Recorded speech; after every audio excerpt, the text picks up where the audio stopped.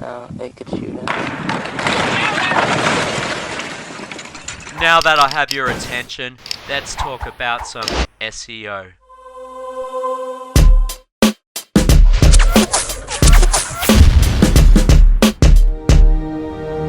Hey guys, Andrew here. Thanks for joining me again. Today I'm going to be talking about keyword research. This is one of the main themes of SEO that a lot of people get wrong, and I cannot stress this enough. If you aim for a keyword and get it wrong, you could be wasting thousands of dollars going after that keyword and end up getting no traffic at all once you reach the top of Google. Now, there is a concept where what you can do is get a number of keywords that sound like they might fit your niche and test it in CPC, cost per click. So say for example you could open up an AdWords account, which I'm actually in AdWords at the moment, and run a campaign. Say for example if it was for iPad, you might have some keywords like buy at iPad. Actually, let's put an example in here. I'm just going to put iPad in there. Let's see what comes up. Okay, I'm going to click keyword ideas, put in the approximate cost per click. There we go. So for example, if I was to rank for the keyword iPad, actually buy iPad, it might take say 6 weeks or a couple of months to rank for that keyword. Now you can see for local traffic there is 22,000, and we're looking at a broad match at the moment, which I'll go into detail why not pick broad match, why pick exact. But that would cost $1.75 each time someone clicked onto that keyword.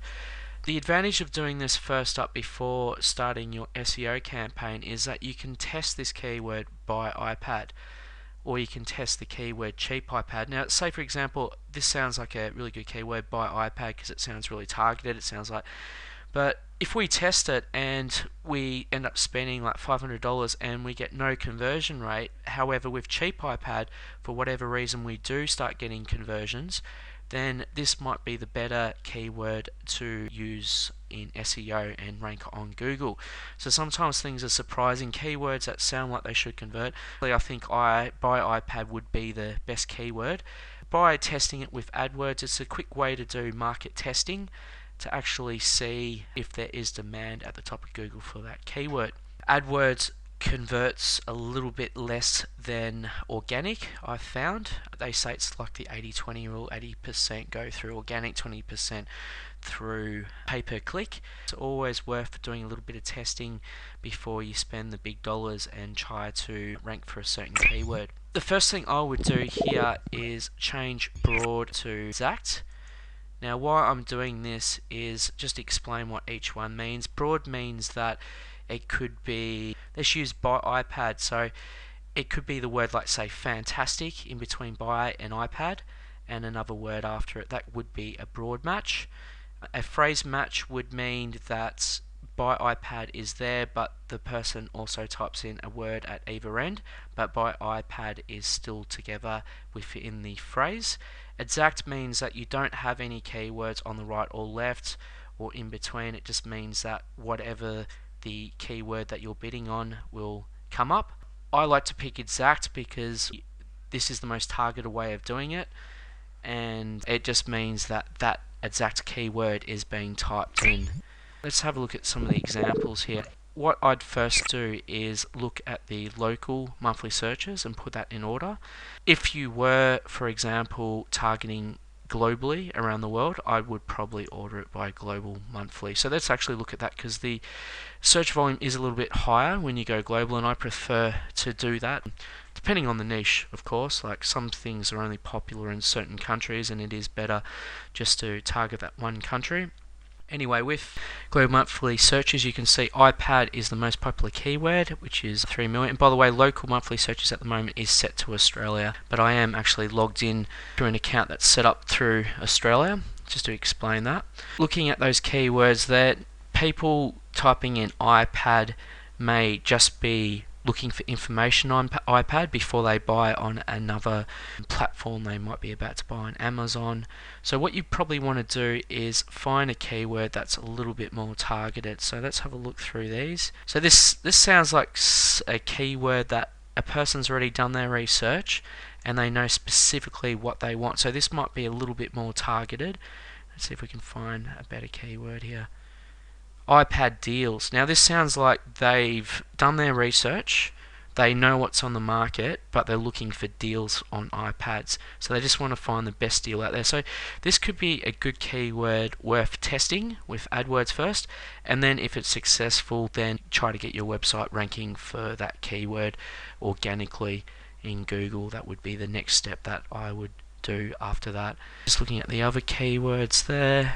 Now this is another keyword here that I think that's quite good. iPads for sale. Obviously that's got some buyer's intent in there, and I could imagine that keyword converting quite well. And you can see by the price there, $1.89, that something like that obviously has a bit of demand behind it, so it's drawn up the price a little bit higher than some of the others.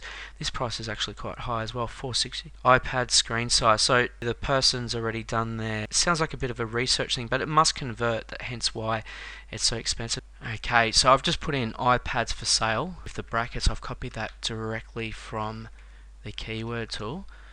And as you can see, a lot of people have got ads going at the moment, so it must be providing them some form of financial gain, otherwise they would not be continually spending the money if these were not converting. So there's some good signs there to say that this would probably convert quite well in Google. Now if I use my SEO Quake tool and hit the question mark, you'll notice the page rank come up on the left hand side. And just looking down that page, I noticed that the average page rank is probably about 2 to 3. So I'm guessing that it would not be too hard to rank for that in Australia. Obviously this is set to .com.au.